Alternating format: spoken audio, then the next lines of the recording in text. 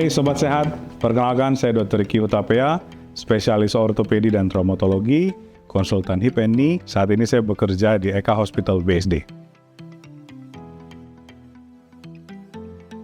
Knee replacement konvensional dan robotik. Yang pertama, antara knee replacement konvensional dan knee replacement robotik, konsep yang sama adalah surgeonnya harus tahu konsep dasar.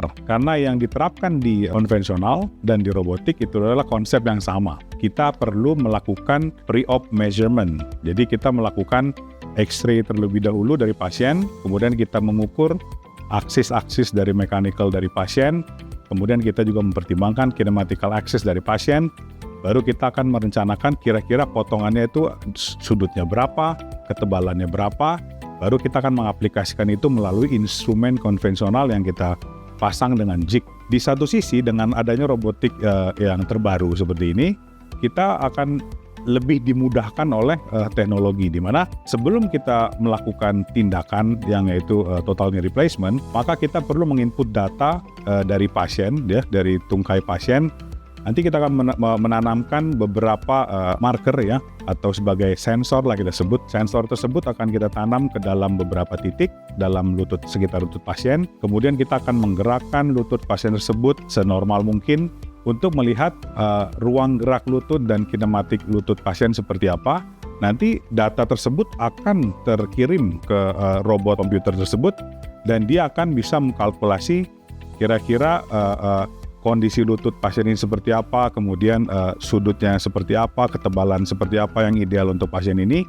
Baru nanti kita bisa adjust, ya, settingan untuk pasien ini tuh di layar yang tertera pada layar robot komputer tersebut. Maka kita akan melakukan namanya pre-op planning di layar yang tersedia di robot tersebut. Lalu kita akan pilih, misalkan kita akan pilih cutting untuk tulang paha. Tulang paha kita pilih, tebalnya berapa, kita akan adjust di situ.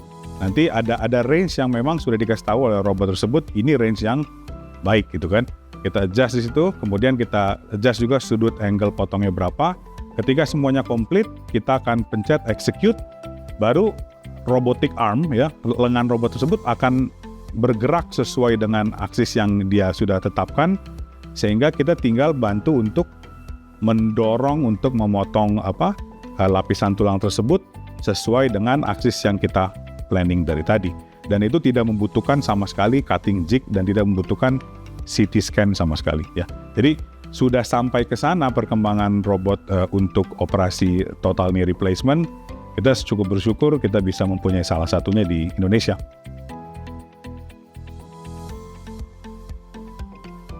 Tindakan total knee replacement memang kita tujukan untuk pasien-pasien dengan kondisi osteoartritis yang sudah advance, ya, dan tidak respon terhadap treatment non-operatif.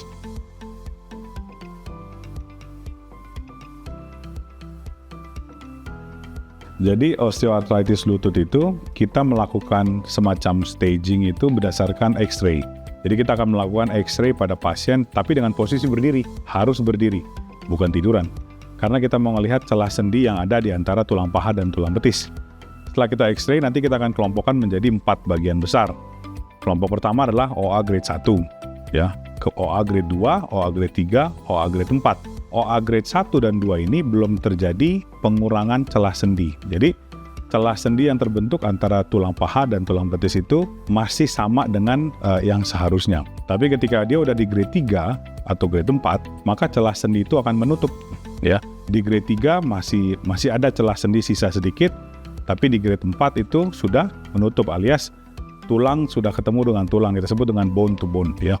Kalau dikorelasikan dengan sampai stage apa pasien harus dioperasi, kita melakukan penilaian kapan harus operasi bukan hanya dengan X-ray. Karena di klinis, secara klinis kita menemukan banyak juga pasien-pasien yang mengalami OA, kemudian di X-ray, dan hasilnya grade 4, tapi pasien nggak merasa nyeri sama sekali. Pada kelompok pasien yang tersebut, kita akan cenderung untuk observasi. Karena yang kita tekankan kapan harus operasi adalah ketika yang pertama, klinisnya adalah positif untuk osteoartritis, nyeri, kualitas hidup berkurang, dan X-ray-nya menunjang untuk grade 3 dan 4. Itu baru kita operasi. Tapi kalau sebaliknya, ada orang hanya grade 3 X-ray-nya masih kelihatan lumayan baik lah, cuman memang sudah berkurang celah sendinya. Tapi secara klinis sangat-sangat klasik sekali ditemukan pasien tersebut memang sangat terganggu dengan nyeri, aktivitasnya sangat terbatas, dia tidak bisa lagi melakukan hal-hal yang memang bisa dilakukan oleh orang-orang seumurnya. Nah, itu kita bisa pertimbangan juga untuk melakukan total knee replacement. Jadi intinya adalah indikasi untuk melakukan operasi itu bukan hanya berdasarkan X-ray. X-ray harus grade advance ya, grade 3 sampai 4, tapi harus ditunjang dengan klinis. Kalau klinisnya sakit, konsisten dan sudah berlangsung lama dan sudah dilakukan treatment non-operatif dengan baik, baru kita menawarkan pasien tersebut untuk melakukan knee replacement.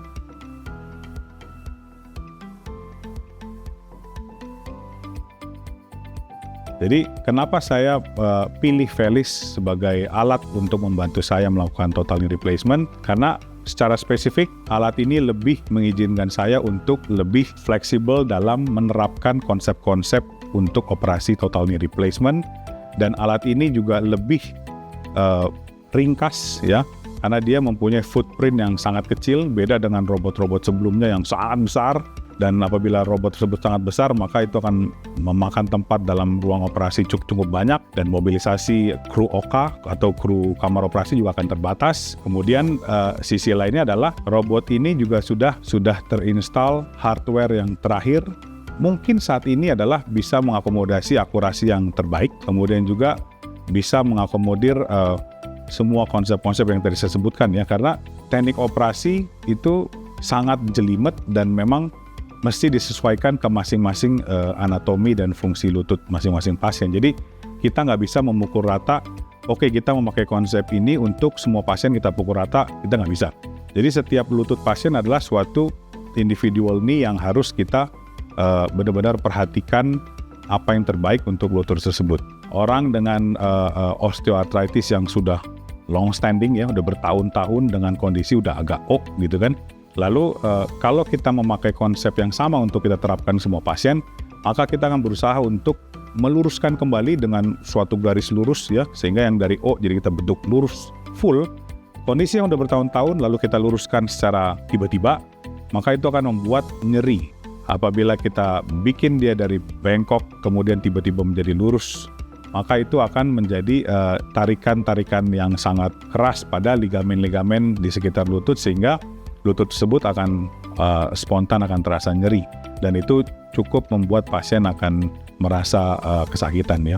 Jadi ada beberapa teknik yang memang kita perlu terapkan untuk masing-masing lutut. Jadi robot ini bisa membaca kira-kira kinematik mana yang paling baik untuk pasien tersebut, dan dokter bisa untuk mengintervensi. Jadi di robot-robot yang sebelumnya mungkin peran dari dokter dan robot itu tidak bisa saling interaksi, tapi kalau ini kita bisa saling kompromi antara dokter dan robot. Kelebihan VELIS untuk pasien, yang pertama kita tentu mengenal istilah man behind the machine ya. Kalau VELIS dikerjakan oleh seorang surgeon yang memang tahu konsep dengan baik, maka hasil atau outcome dari operasi tersebut akan optimal. Tapi sebaliknya, kalau dokternya memegang konsep dengan baik dan bisa mempunyai skill yang sangat baik, tetapi robotnya itu menghalangi kemampuan dokter tersebut untuk bisa menciptakan hasil yang optimal, maka outcome-nya pun tidak akan bisa optimal.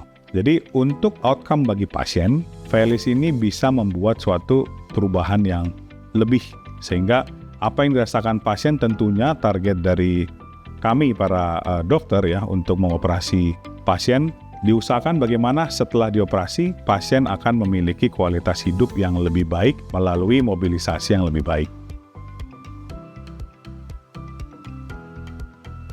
Oke, jadi setelah operasi dengan total knee replacement, misalkan kita operasi pagi ya, dengan teknik pembiusan yang baik, dan kemudian dengan teknik operasi yang baik dijalankan dengan tanpa komplikasi, maka pasien akan segera bisa berjalan pada sore harinya.